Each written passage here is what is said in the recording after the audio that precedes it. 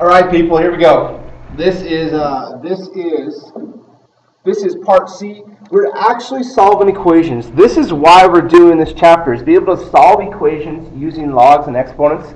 And the only way to do this, there's a million types of equations that you're going to come across. The only way to do this is just to start going through a bunch of examples. We're going to use different rules and different properties and different techniques on each example. So I've got 1, 2, 3, 4, 5, 6, 6 examples, and I want to cruise through these. This video is probably going to be the longest one. Definitely want to take notes on this. I took some of these from the book. Some of these I made up. We're going to be using our calculators as well, so have that ready if you want to follow along on the calculator. Let's get going. All right, so I said 6 examples. We'll say this is example number 1. All right, and for each example, I'm going to leave a little bit of room up top here. I'm going to leave a little room because I'm going to write what property we're going to use. All right, so what I'm going to use here is I've got a fraction in the base. I'm thinking, here's what I'm thinking, because first of all, I see one algebraic step to start that I can do super easy. I could just say, oh, I'm going to divide both sides by 20. Again, I'm trying to solve for x here. All right, so that would mean that 1/2 x over 3 is equal to 5 over 20 is 1/4.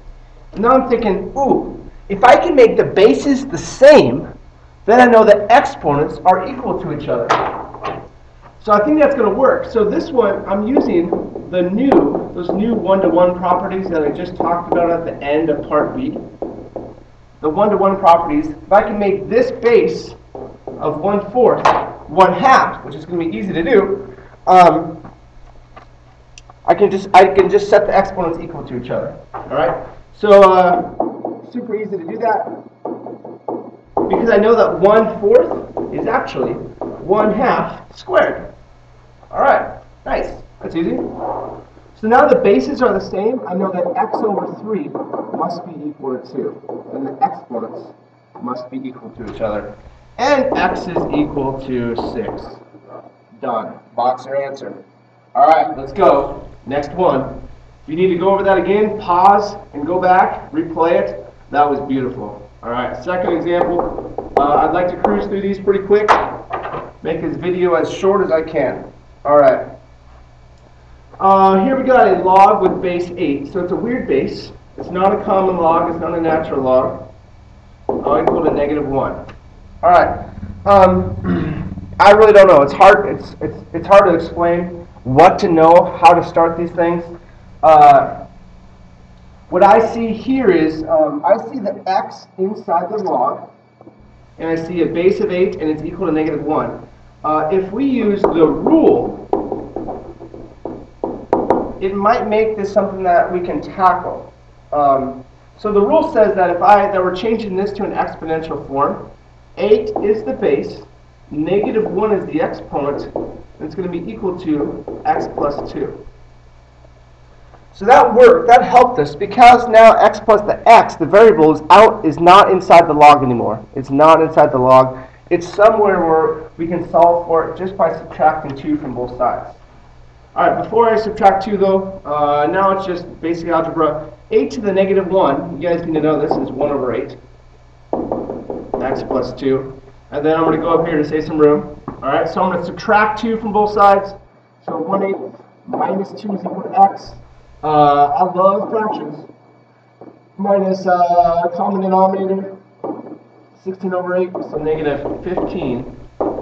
8 is x. Nice. Done.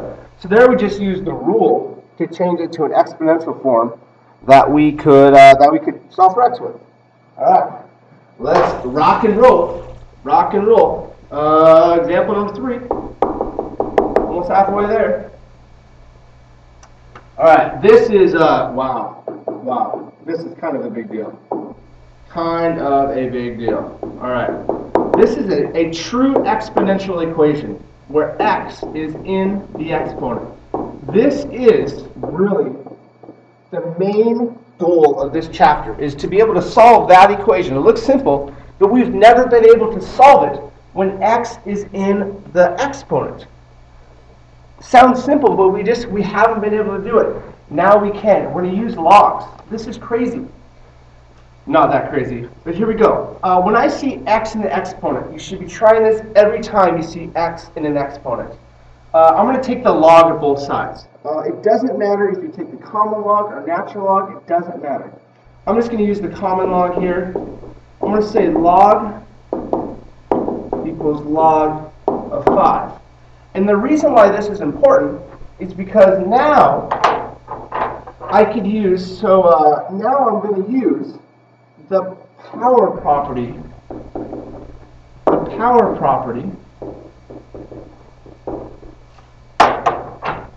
that says that I could take x and write it in front of the log. So I can bring that exponent down in front. And now it's super easy. To solve for x, I'm just going to divide by the log of 2.02. And that's x. All right. So let's look at that in the calculator real quick. We got room here. I would love to be able to do this. There's got to be a way to do this.